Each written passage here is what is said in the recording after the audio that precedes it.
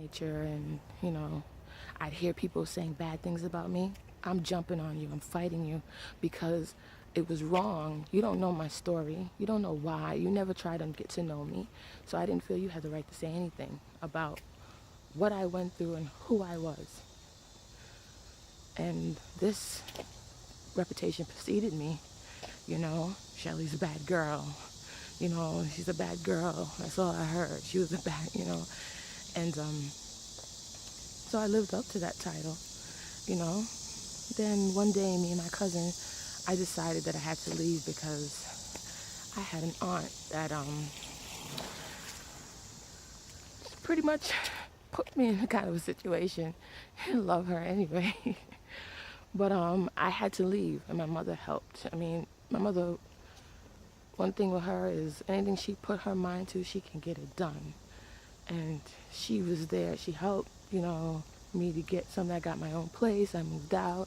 I was like, I was going to have my own job, and I'm going to pay my own car payment. And my cousin that was here, that came to New York, that I showed her the great fun, she decided she wanted to come and live with me. So now I'm getting blamed for moving people out of their house when I didn't. This was by her choice. She wanted to come, and we lived together, and we would hang out. I was like 18 years old. I had no business doing this. But we went out one day, and I met this guy. He was on crutches. And he was a handsome guy, and he liked me, and he called me over, and we were talking ever since then. Before that, I had met a guy in the mall, and he gave me his number, and we had conversed. It had just been before I left New York and went to Georgia, and he ended up calling me collect from jail. I didn't even know this person, but it was somebody to talk to while I was there in Florida. I was bored and stuff, so we would talk on the phone, and I guess somehow he started to love me, and we became boyfriend and girlfriend over the phone, and it was entertaining. But anyhow, I met this guy, and I loved him. Oh man, he was taking care of me. He did everything for me, and he was showing me things and a love that I never knew. And one day he said, you know what, I found out through the grapevine from someone that he was married. Ooh, that was hard. But because in the past I've had friends do things to me that was wrong, as far as messing around with other guys that I've dated, I felt like, you know what, nobody cared about me, so why should I care about her? I don't know this person. And he was like, I'll accept your boyfriend, and I'll accept his wife, and we will be fine. And that'll be the story.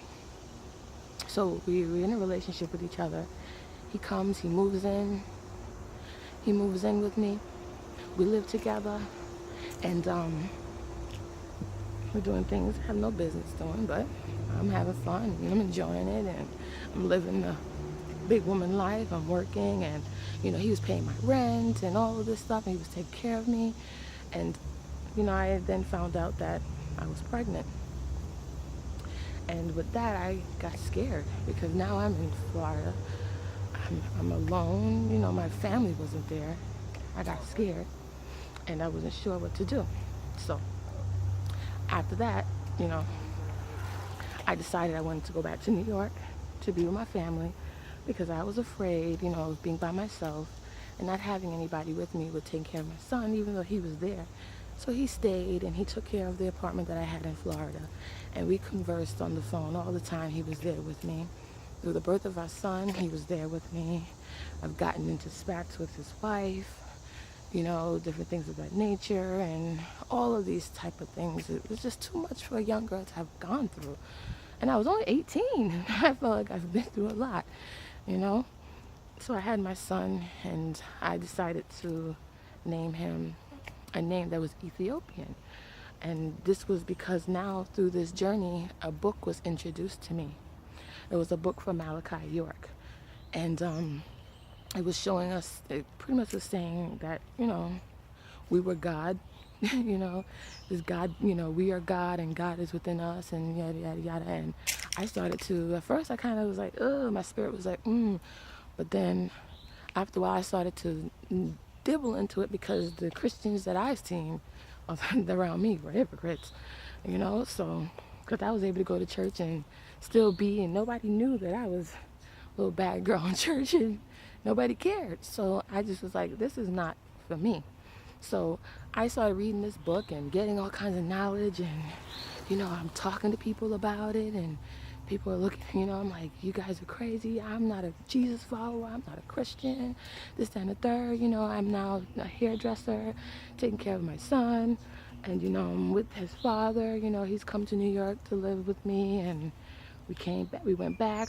My mom let it happen. You know, I look back at it now, and I sometimes wish that she didn't let it happen. But you know what? With traditions and cultures and the way women handle things, I forgive her.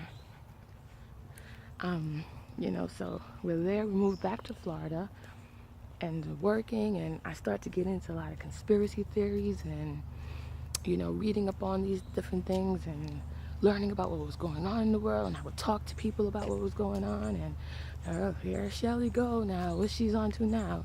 So now, instead of people listening to me, I live my life being judged constantly, you know. And I would tell people what's going on, this, that, and the third. Then one day I had a cousin that came to me. I never met her before. Well, we share the same last name, and she started talking to me about her relationship with God and all of this. And I'm like, I hear you, but I'm not on that Jesus train. We'll both get to heaven, but I just taking a different train. So she said to me, well, do you have the ticket to get in? And that kind of made me think, like, do I? So at that point, that day, because I knew in my heart that there was more to the life that I was living, that what I was doing was not going to get me down the right path, because with my son's father, I was around drug dealers, I was around the, sorry. I was around them all. I was around drug dealers, doing all kinds of stuff. And looking back at it now, how the Most High has saved me from that. I could have been in situations where I could have been killed or anything. And thank God that didn't happen, So with that now, and I'm smoking with him now because, we're involved and he smokes and we're smoking and we're having fun, and I loved this relationship. It was the best. At that time, I remember one time he would say to me, you're not affectionate. And I realized, like, oh my, am I like my dad?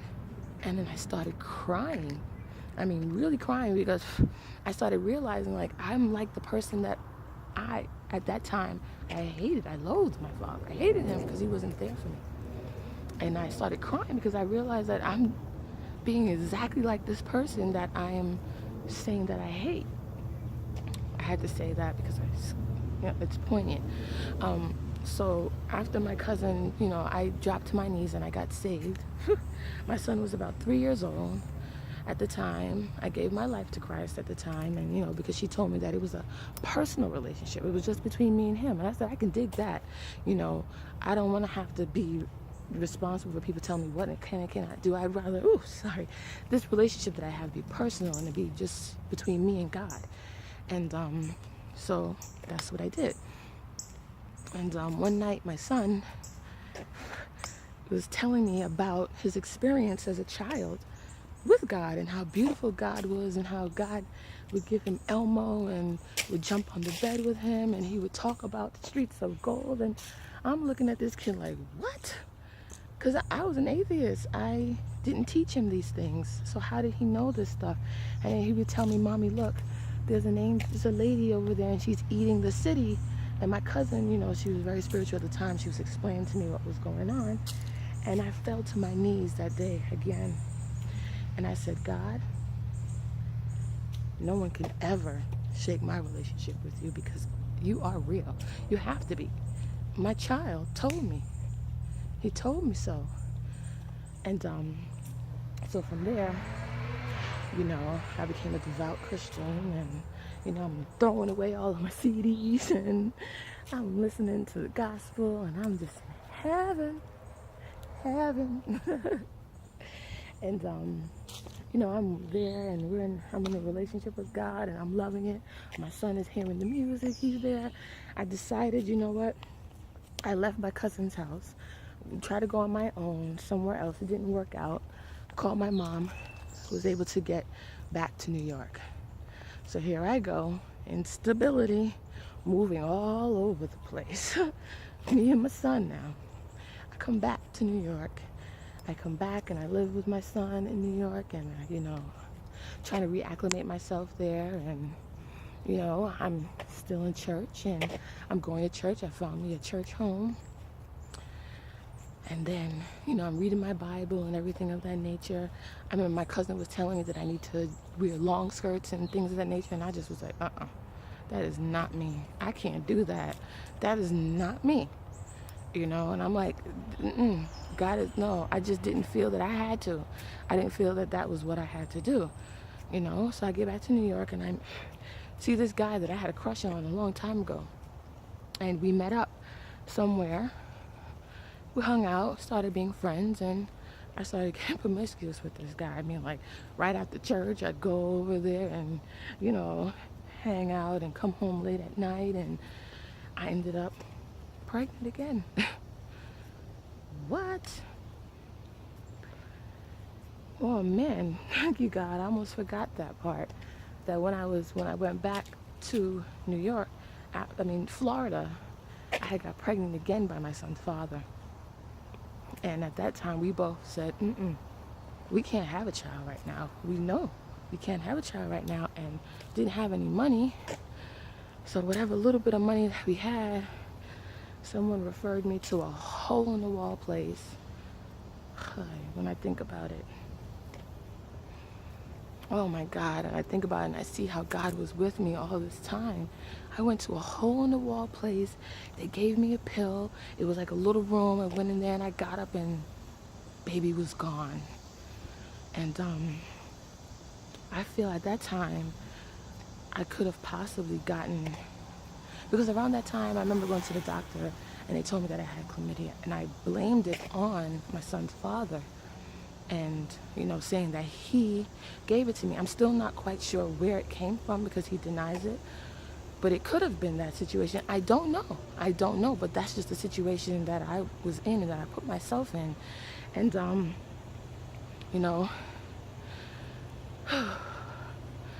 all of those things that I was going through after I got saved. I read the story about David and I heard about what David did with Bathsheba and how he took the man's wife and what happened to him and X, Y, and Z. And I remember it was a little pamphlet and I remember being in the bathroom that day and I remember being so scared. Like, oh God, no, please forgive me, because now I have a child that's out of wedlock, out of this situation. And I remember saying, God, please forgive me. I don't want to be this. I don't want to be in this. I was very afraid of his wrath. I became afraid of his wrath, what could happen to me, because now I'm becoming aware that he has wrath. Before it was just going to church for play. And I got on my knees, I asked for forgiveness, and I said, God, I got to do better. I want to do better. I don't want to be in your punishment or in your bad graces, So I remember I took the weed and I threw it over the balcony. I was done with it. And I was like, I am leaving this relationship. I gotta go. I can't be in this relationship anymore. And this is what's leading me to move on and move forward, because my cousin being in my life brought this light to me. And he, to this day blames and say that she destroyed our relationship because I left him. I never thought I would leave this guy. I've had thoughts and say, I don't know how I would be able to leave him.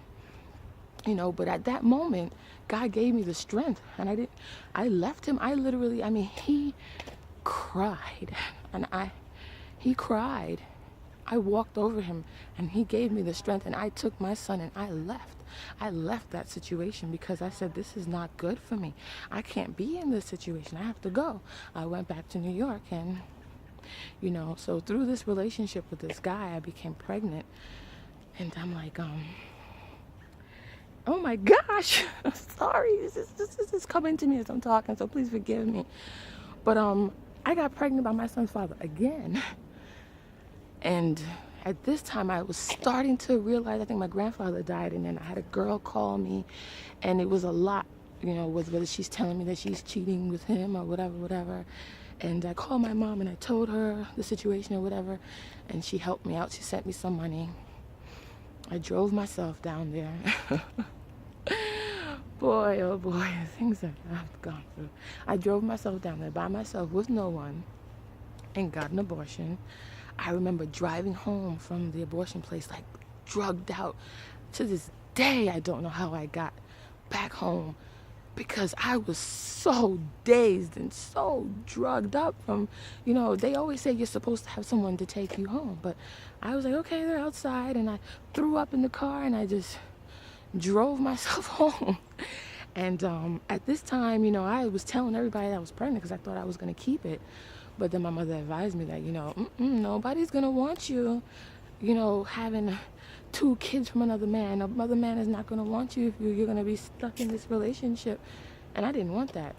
So I had another abortion. So there goes abortion number 2 after miscarriage number 1. So now this is 3 children that I didn't get to meet, unfortunately.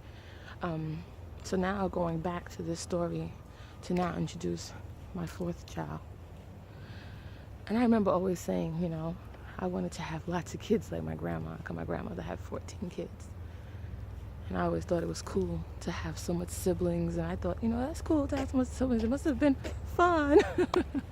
Me and this fun. But, I could smile about these things, and I'll tell you why later. Because the Most High has had me go through a purge for a very long time. So had this abortion, and I remember my dad saying, because I would come home and I still would read my Bible, because again, God forgive me. God forgive me. Sorry for what I've done. Forgive me. And that was the lifestyle that was trained in Christianity, You ask God for forgiveness. I wasn't practicing it, so I fell into the situation. And at that time, I'm gonna have a seat right here. At that time, I felt that he was showing me, because my father came to me and he said, you can't have your foot here and you have your foot there. You can't, have your foot one place and one place. You got to make a decision or whatever. And I'm here in my head like, please, you can't tell me nothing, please, But that etched in my mind. Shade right here. Ooh, yeah. So, I remember that, and I remember God telling me, this walk is not about looking the part, wearing the dress, wearing the clothes, doing the right thing. There's nothing that you can do for me. He showed me real quick that just because you got saved, that doesn't mean that you're different, I saw that really quickly when I was around a guy, and it was not hard. Not hard at all, for me to get involved in those things. I truly, truly, truly enjoyed it. Being with other guys, the whole women thing, never happened again. That was like a phase, I guess, of my curiosity. And so I had the abortion, and at that time I was like, God, please, you have to forgive me for this one. I cannot have another child right now. I cannot have another child right now. Please forgive me. I have to do what I have to do. And I did what I had to do.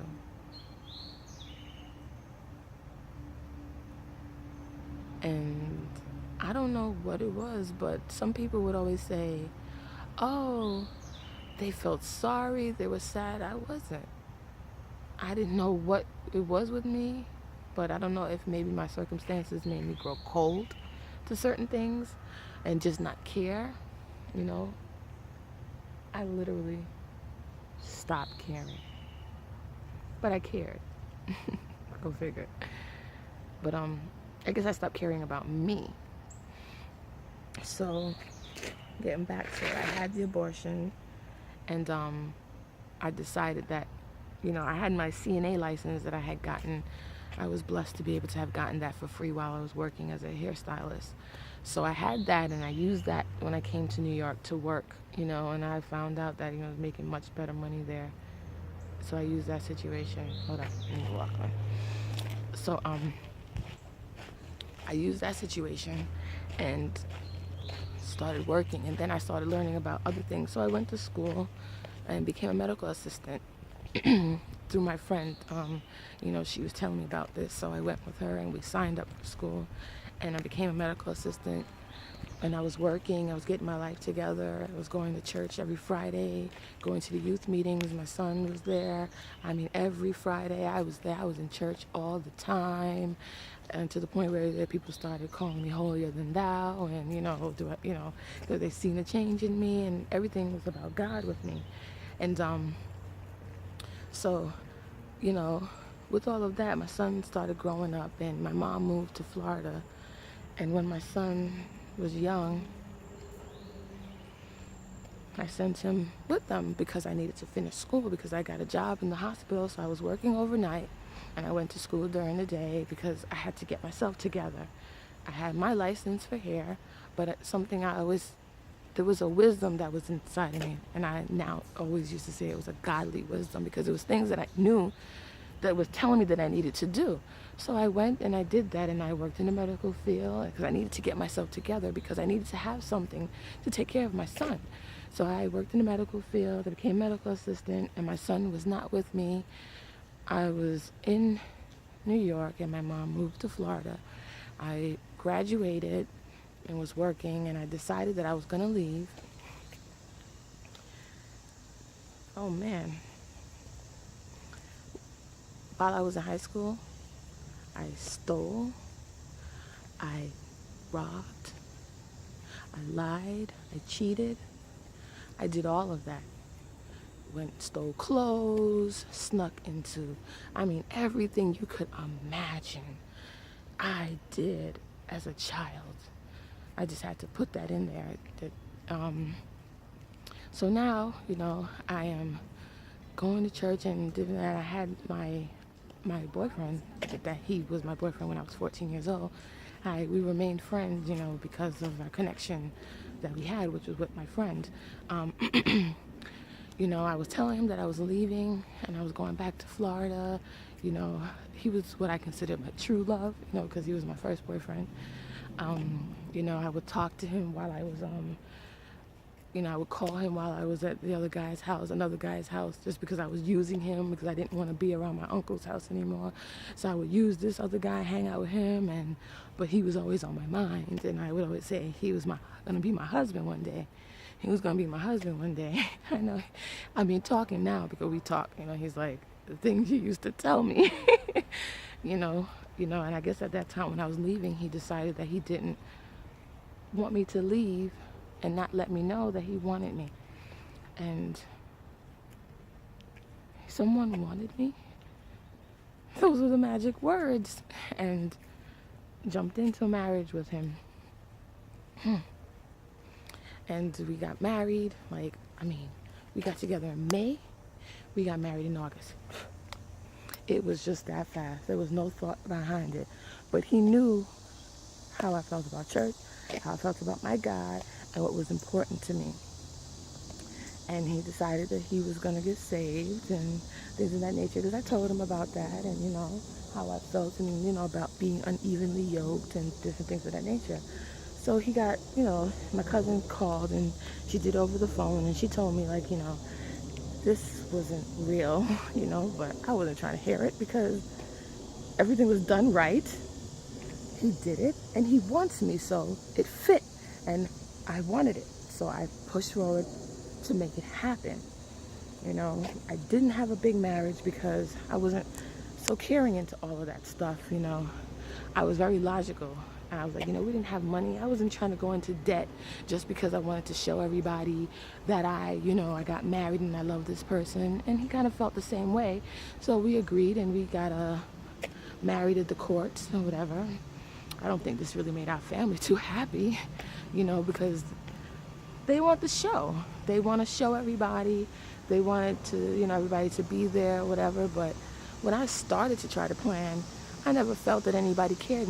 I didn't feel my mother cared. I didn't feel she wanted it. So I was like, you know what? Hey, what the heck? Whatever. Don't need it. So, get married. My husband comes for me.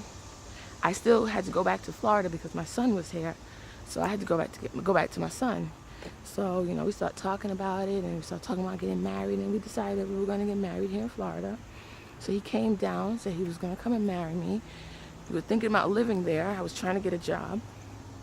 My mother was going to let us stay at her place.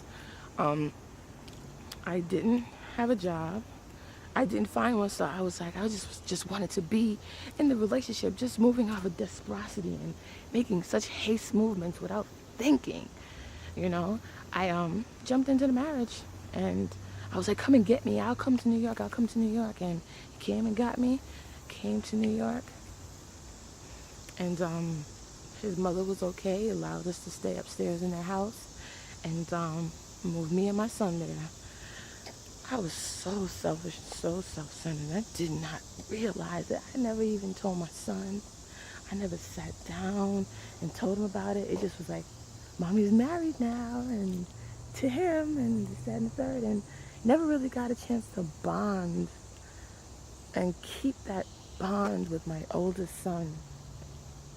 It's my heart. Because he was such a good, quiet little kid. I know that God sent him in my life when I always say that he saved me. So Mommy's married now, and we're moving to New York. And you now have a brother. He's your age, which I thought was cool. And, at least he has someone to hang out with and different things of that nature.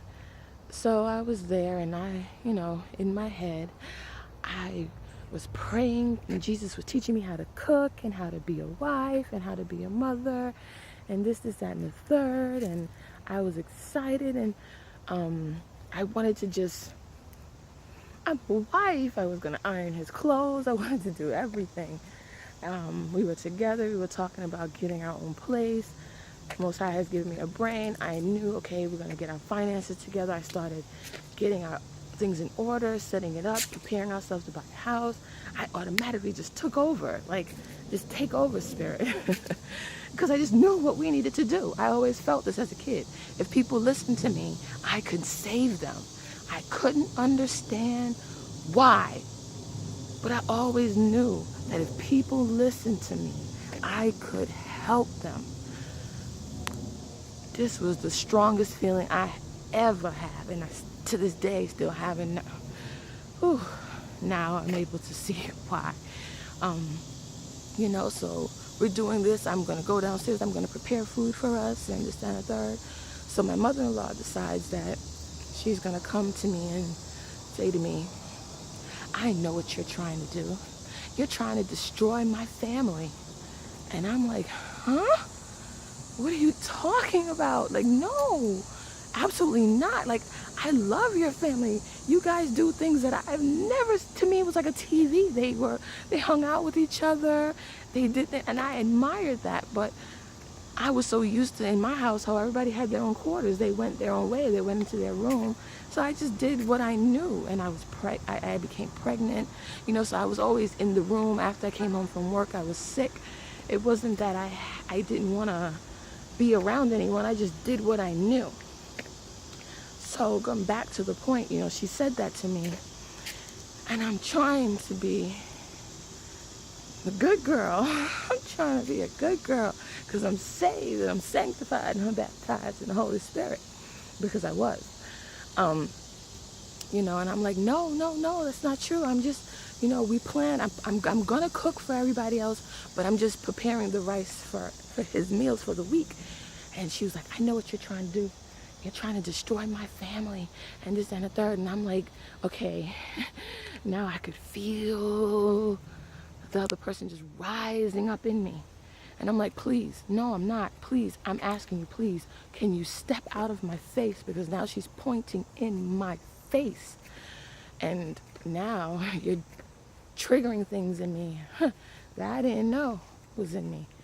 And I gave her 3 times, 3 times, 3 times. I said it 3 times. Please come out of my face, just like that. Please. And she wouldn't. She continued to antagonize me. And so I let her know. I let her have it, Shelly style. You know, I told her straight up. I said, look here, my mother and my father didn't get away with this without getting a fight. So you best believe you better step about my face. And we began to argue. And we went at it, but we didn't fight. We went at it. And so this now caused a big old commotion, and it got back to my husband about what happened and how me and his mom got into a fight and this, that, and the third, and blah, blah, blah, blah. Mind you, one time we was on the phone, he heard me yell at my mom because she was antagonizing me, trying to tell me what to do. And I'm like, I'm a grown woman. You had lots of time to do that, you know, but you're not going to do that right now. And I guess him hearing that made him like, ooh, wow, how could you talk to your mom like that? But he just didn't understand, you know. And I guess hearing what happened with his mom, he turned on me. He turned on me. Yep. Him and his family. They treated me horribly. You know, I felt like I was in a twilight zone because in my head, I'm a good girl. Nobody understands me. Nobody knows what I'm going through. You know, I would always have dreams as a kid where I would like, I had something to say and someone needed to hear it, but they couldn't because I had no voice. I couldn't get the words out, and that was the worst. That was torture. To know that what I had to say was gonna save someone, but I couldn't get the words out. And these were dreams that I would have. So, you know, we start going through problems, and he's telling me that I need to apologize to his mother, and this, that, and the third, and blah, blah, blah. And now, she's been awakened because I felt justified in how I handled her and what I did, because I asked her 3 times. And in my heart, little squirrel, in my heart, that was not my intent. So I felt she asked for it, and I only gave her what I felt she asked for. So I was like, no, I'm not apologizing to her. She antagonized me, and this, that, and the third, and I wanted him to be there for me and believe me.